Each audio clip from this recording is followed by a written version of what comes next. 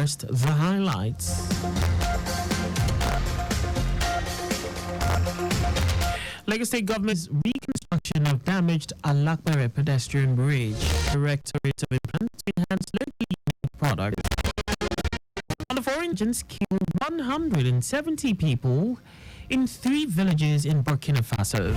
And in sports, American professional basketball player LeBron James reaches 40,000 career regular season points. And now the details. I am Akan Usen.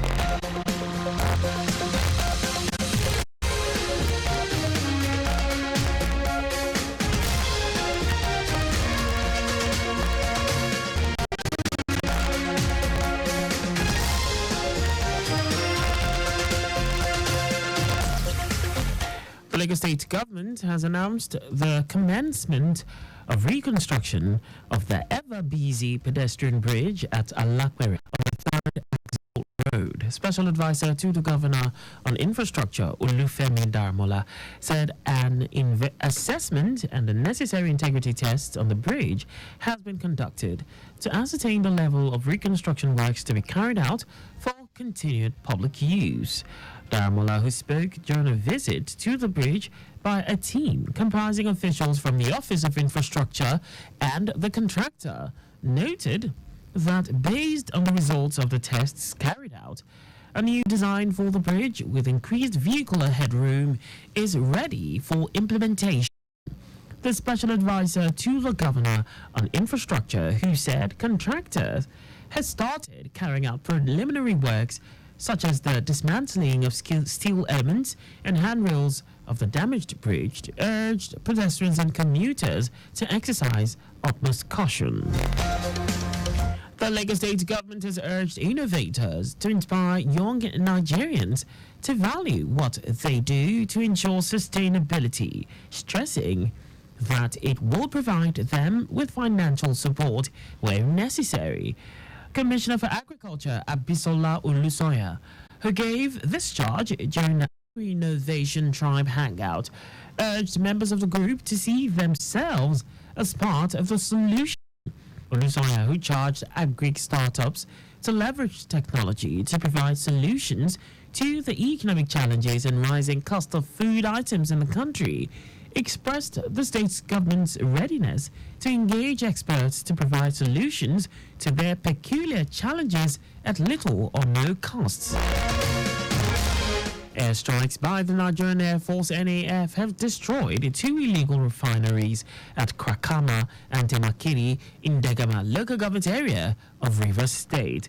NAF spokesperson Edward Gapquet said the air interdiction was part of efforts by the military and other security agencies to reduce activities of crude oil thieves and oil pipeline vandals in the Niger Delta region. According to Gapquet, the NAF reconnaissance observed active illegal refining sites with Cotonou boats at Kakrama and Temakiri, with a probable intent to illegally siphon crude oil from the sites.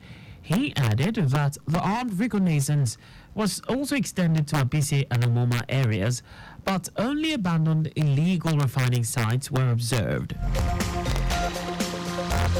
The federal government has threatened to sanction foreign airlines to comply to release low inventory tickets within weeks. The Aviation Authority NTAA has met with airline operators, foreign airlines, and the National Association of Nigeria Travel Agencies in Abuja last week, where the directive was handed down. During the meeting, the foreign airlines pledged to enhance transparency in air ticketing processes by releasing low inventory tickets, making them significantly more affordable for the Nigerian middle class. This followed the release of part of the $700 million that the foreign airlines risked sanctions. And now to the rest of the stories. The National Directorate of Employment, NDE, has embarked on programs aimed at enhancing locally made products and services in agriculture, mining and entrepreneurship, resulting in job creation. Director General of NDE, Abubakar Fikbo, who made this known, said in addition to the core job programs of the NDE, loans have been granted to beneficiaries of the directorate nationwide in the last to either start new businesses or enhance existing ones. According to FICBO, 700 beneficiaries who were trained under different agro-value chain businesses were empowered and supported to start new businesses in the agricultural sector this year. He added that the NDE remains committed to its mandate of job creation and has designed skill acquisition programs in line with the renewed hope economic policies of President Bola Tinubu.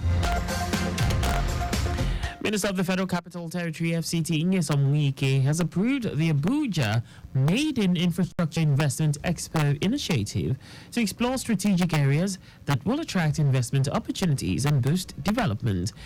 Senior Special Assistant on Legal and Multilateral Cooperation to the Minister, Benedict Daudu, said this during the first meeting of a committee that will fast-track the investment expo proposed to be held by the government's partner with the private sector for development.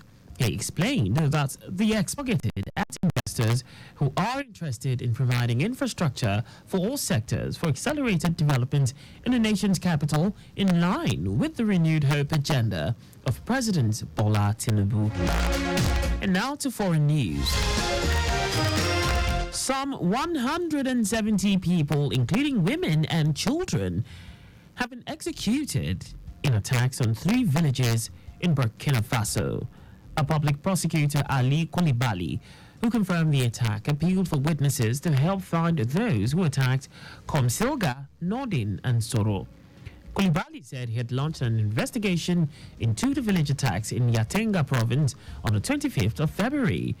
It was not known which group was behind the attacks, but more than a third of Burkina Faso is controlled by insurgents despite the country's army's seizure of power in 2022. Now sports. American professional basketball player LeBron James has become the first National Basketball Association NBA player to reach 40,000 career regular season points in Saturday's game against the Denver Nuggets. James described it as bittersweet after his Los Angeles Lakers side lost 124 by 114 to the defending NBA champions. The 39-year-old, who scored 26 points, also scored the historic basket in the second quarter with a driving layup from the left side of the basket to give the Lakers a 37 by 32 lead. Just before we go, maintain adequate distance from the vehicle to avoid collision.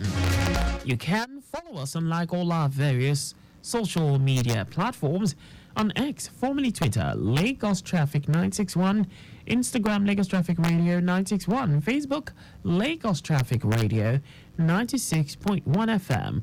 On YouTube, subscribe and watch us live on our channel, Traffic Radio 961. Did you know that the Sanwo-Olu administration introduced a 1 billion naira agriculture value chain fund targeted at businesses that operate within the agric value chain? You can get more details on the Lagos State Government's website. To end the news, here are the highlights of the major stories. The Lagos State Government has announced the commencement of reconstruction of the ever-busy pedestrian bridge at the Alakbere Estate bus stop on the 3rd axis. The National Directorate of Employment, NDE, has embarked on programs aimed at enhancing locally made products and services in agriculture, mining, and entrepreneurship, resulting in job creation. We also told you that some 170 people, including women and American professional basketball players. For contact with the newsroom, please send a message to newsroom@trafficradio961.ng. And that ends the news broadcast compiled by Akan Usen. Thanks for listening and please stay safe. Good afternoon.